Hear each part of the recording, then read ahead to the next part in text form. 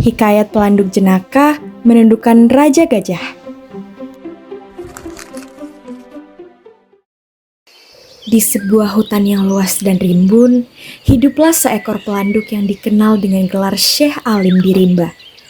Kemasyhurannya telah tersebar ke seluruh penjuru hutan, karena dia telah berhasil menundukkan banyak raja hewan. Namun, ada satu penguasa yang masih belum mengakui kebesarannya, yaitu Raja Gajah yang angkuh. Suatu hari, setelah mendengar Raja Gajah telah menghina dan mencela namanya, Syekh Ali memutuskan untuk memberi pelajaran kepada sang raja yang sombong itu. Pagi itu, pemandangannya megah terlihat di hutan. Pelanduk yang meski bertubuh kecil namun berwibawa, berangkat dengan menunggangi seekor seladang hitam yang gagah. Di belakangnya berbaris rapi pasukan yang terdiri dari berbagai hewan penghuni hutan. Suara derap langkah mereka begitu dahsyat, bagai halilintar membelah bumi. Apa pula yang datang itu? Tiada berketahuan bunyinya, sedikit lagi pecah palaku. Teriak hewan-hewan yang tinggal di atas pohon dengan panik. Rombongan itu dipimpin oleh Maharaja Dandah di barisan depan. Maharaja Beruang memimpin sayap kiri, sementara Maharaja Syahmar menjadi kepala jalan. Raja Perkasa mengawal di bagian belakang. Pasukan mereka begitu banyak hingga tak terhitung jumlahnya, membuat tanah bergetar dan udara dipenuhi sorak-sorai yang menggelegar. Di tempatnya, Raja Gajah sedang berbincang dengan sang kera ketika mendengar keributan yang luar biasa. Dengan rasa penasaran bercampur was-was, dia bertanya, "Hai sang kera, bunyi apakah yang riuh rendah dan yang tiada berketahuan bunyinya itu?" Sang kera dengan tubuh gemetar dan bibir gemetar menjawab, Ya tuanku, itulah bunyi sekalian rakyat Tuan Syekh Alim di Rimba dan sekalian takut kepada pelanduk jenaka itu. Bahwasannya adalah ia datang hendak melanggar dan hendak berperang dengan tuanku ini. Satu demi satu pasukan besar itu bermunculan. Raja Singa dengan pasukan yang berjalan bagai ombak mengalun. Raja Kambing yang digelari Maharaja Laksandewa dengan kelompoknya yang berbagai rupa. Raja Kijang dengan gelar Maharaja Dewa Laksana membawa pasukan yang membuat kagum siapapun yang melihat.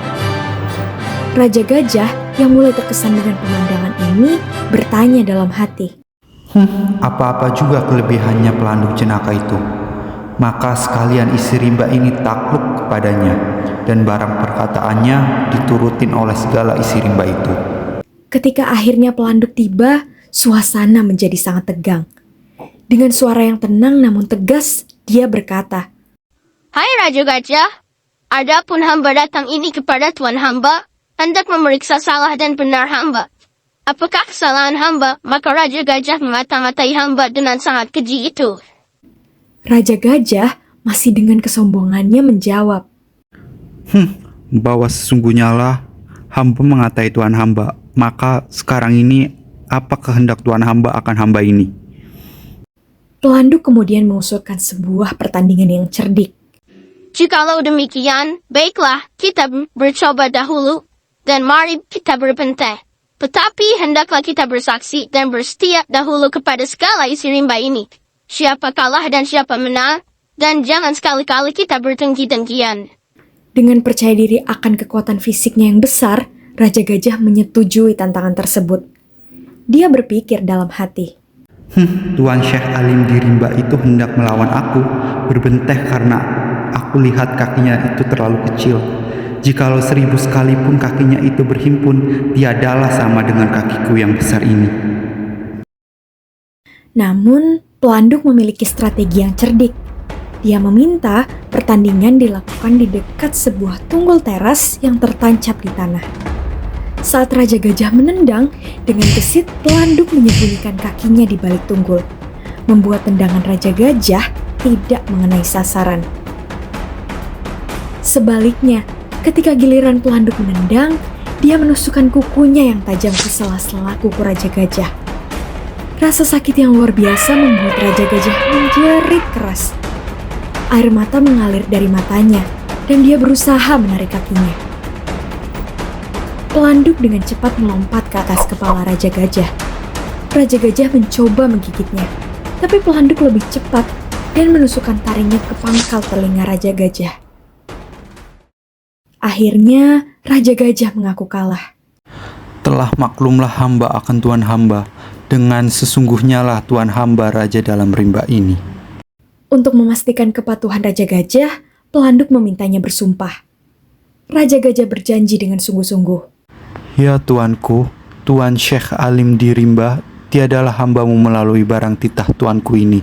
Jikalau melalui, tiadalah hamba ini beroleh selamat sempurna, dan biarlah kena kutukan wali Allah yang keramat. Sebelum kembali ke tempat tinggalnya, pelanduk berkata dengan bijak. Hai Raja Gajah, tinggallah Tuan hamba, karena hamba hendak pulang kembali. Kata wali Allah, bertapalah engkau lagi, karena belum sampai pertapaanmu itu dan masih banyak lagi musuhmu dan setrumu. Raja Gajah kini dengan penuh hormat menjawab. Baik tuanku, Tuan Syekh Alim di rimba, aku akan menuruti perkataanmu dan apa yang disuruh oleh wali Allah. Dalam perjalanan pulang, seluruh penghuni hutan memuji kehebatan pelanduk. Mereka berkata bahwa Syekh Alim telah mendapat kekuatan dari baginda Raja Ali, keberanian dari Amir Hamzah, dan kesaktian dari para wali Allah. Kisah ini menjadi bukti bahwa kepemimpinan sejati tidak diukur dari besarnya tubuh, melainkan dari kecerdikan pikiran dan kemampuan untuk mendapatkan dukungan dari yang lain.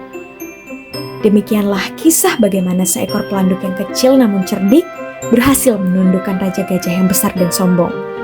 Mengajarkan bahwa kesombongan dan mengandalkan kekuatan fisik semata tidaklah cukup untuk menjadi pemimpin yang sejati. Tamat.